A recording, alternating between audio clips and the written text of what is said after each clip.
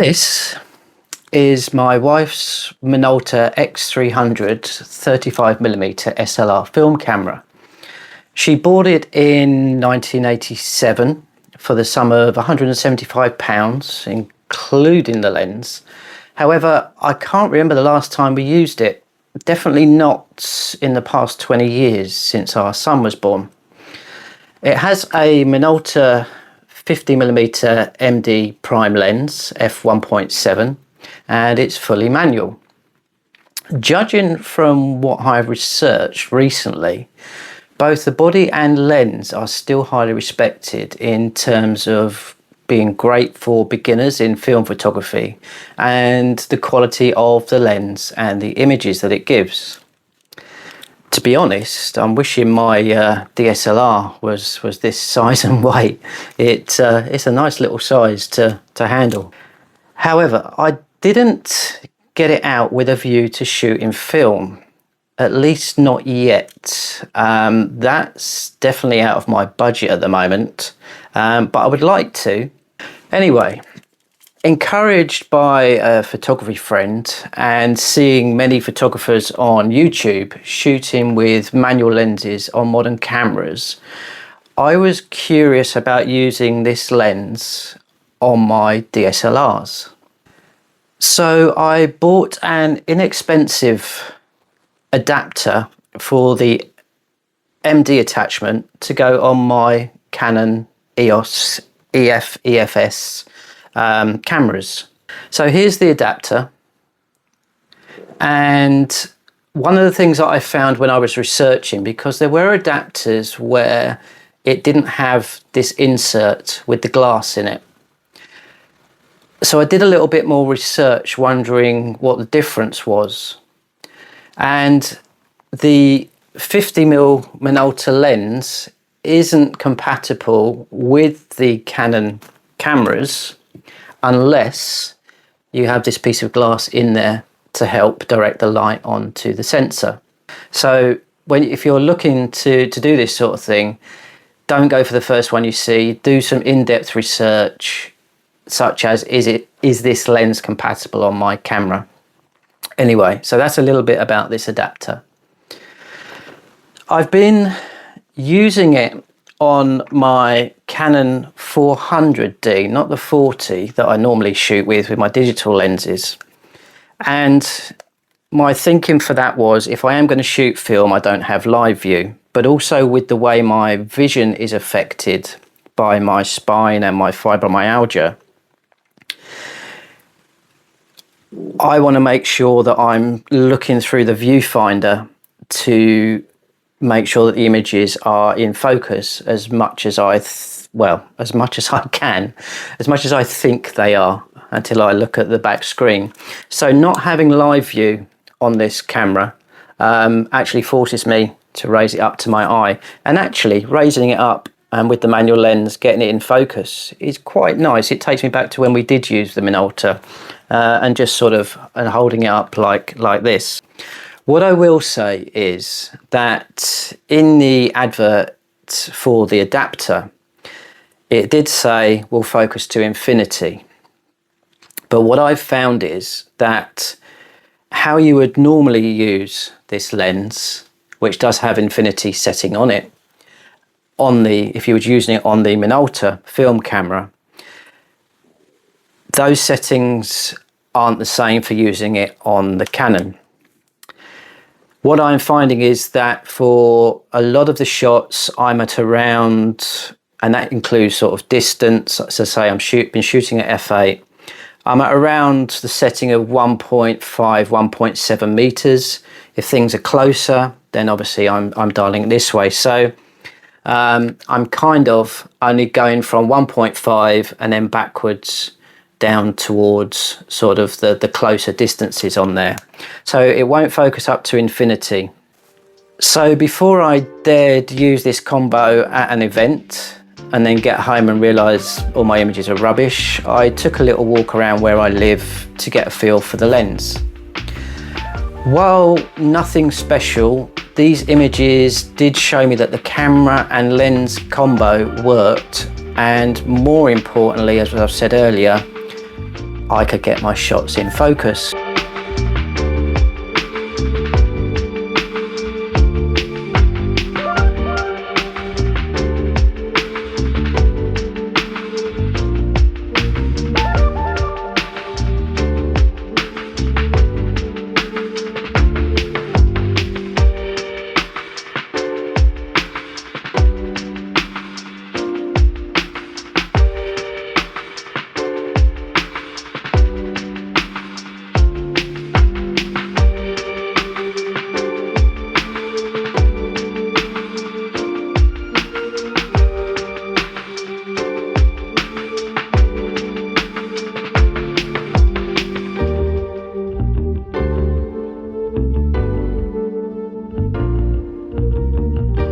As I've said before, the lens is fully manual, so I set the aperture, and as we've had some really bright sunny days over the summer, we're still having hot days in the 30 degrees C above, mainly hopefully in the mid-20s. I've been shooting at f8 for the events that I've been to with this lens and setup. I set the ISO according to the brightness of the day, so I think I've been shooting at around ISO 200, where it's been clear blue skies. And then I'm doing my best to work out the shutter speed.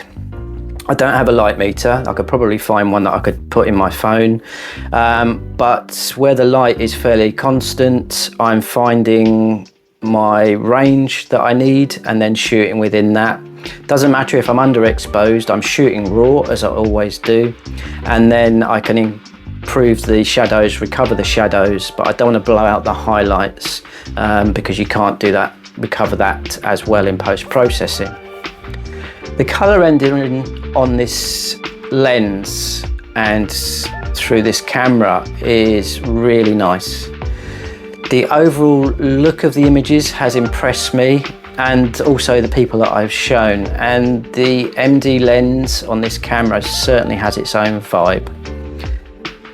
On my crop sensor Canon cameras, the equivalent focal length is 80mm, so that's like shooting with my digital 50mm lens, so I am used to that range, but at events it does allow you to get shots that are quite some way away without having to sort of keep moving backwards and forwards. And when you've got my spine issues affecting my legs, my balance, etc., that is quite handy. So it is a handy focal length that I find for my needs to shoot at these sort of locations that you'll see in the images coming up. The images have been processed in Darktable with a Portra 400 recipe applied. However, Darktable remembers the look and feel that I've got in camera, and it barely changes because of the changes I've made in camera to try and get as close as I can to that look and feel anyway. I've added a slight dehaze, which just sharpens the images a little bit because they are soft. I don't mind that, but I think it's quite nice just to sort of clarify them a little bit. And then added a bit of lightening to shadows and midtones just to bring the images a little bit more to life. They do, out of camera, look a little bit, the only phrase I can think of is flatter than the digital lenses. But that's not an issue when you can do this, but it maintains the look and feel of the lens rather than going too over the top with processing and changing them completely. For a few where my shutter speed was too fast, and therefore they came out underexposed, then I have, as I've mentioned, increased the exposure in post a little bit. So the first event that I took this combo to was the Cars on the Common event even, at Harpenden. This is an annual event, but it's the first time that I've been. With this lens and camera combo, I tended to focus quite a bit more on people. As I like my street photography, that's not an issue. And at these types of events, people are dressed up, they're picnicking at the back of their cars. There's plenty of shots to be had.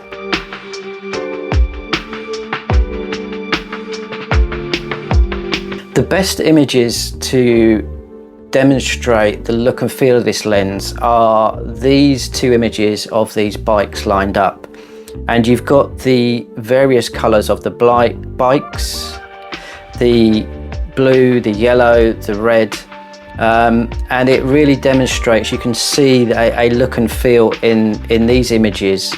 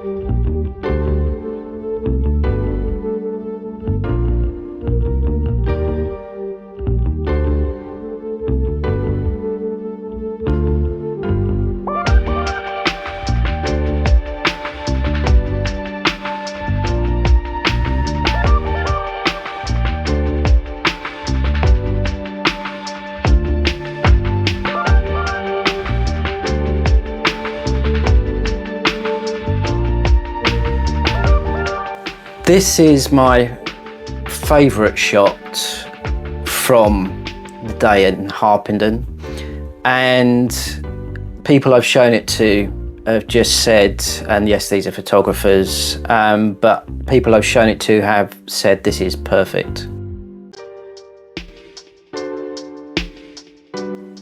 The final event images I'm going to show you are from Leighton Buzzard's annual Canal Festival that we had recently. The Photographic Club had a stall down there demonstrating our skills as photographers, and talking to people about becoming members of the club. So obviously some of us had our cameras with us and were taking wanders around during the event to get some pictures.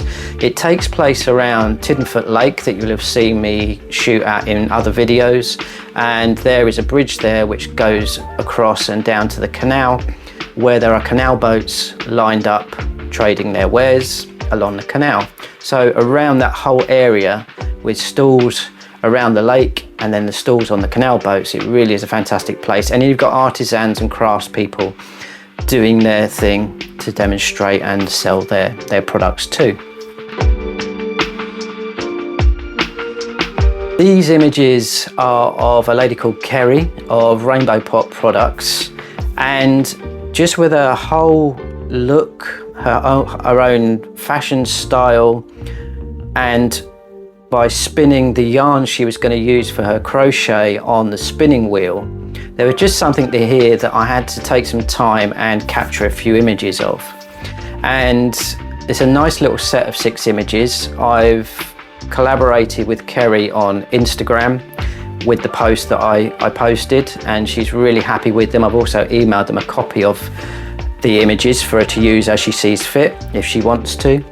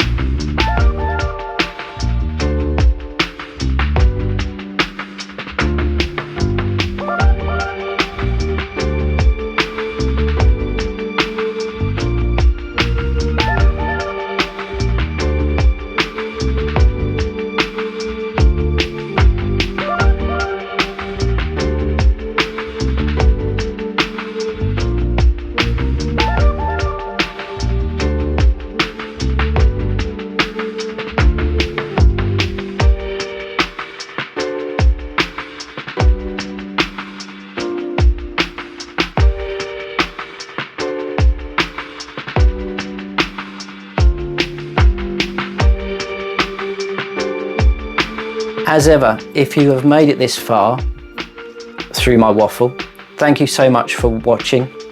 It really is greatly appreciated. And also a big thank you to those of you who have posted comments and made contact. I really do appreciate those. It lets me know that you're watching, that you're enjoying what I'm posting. If there's anything you'd like me to talk about in my videos or do a video on, let me know. If I can, I will accommodate that. Don't forget the usual suggestion: like, subscribe and share the channel or a video with friends to help spread the word, and I will talk to you in the next video.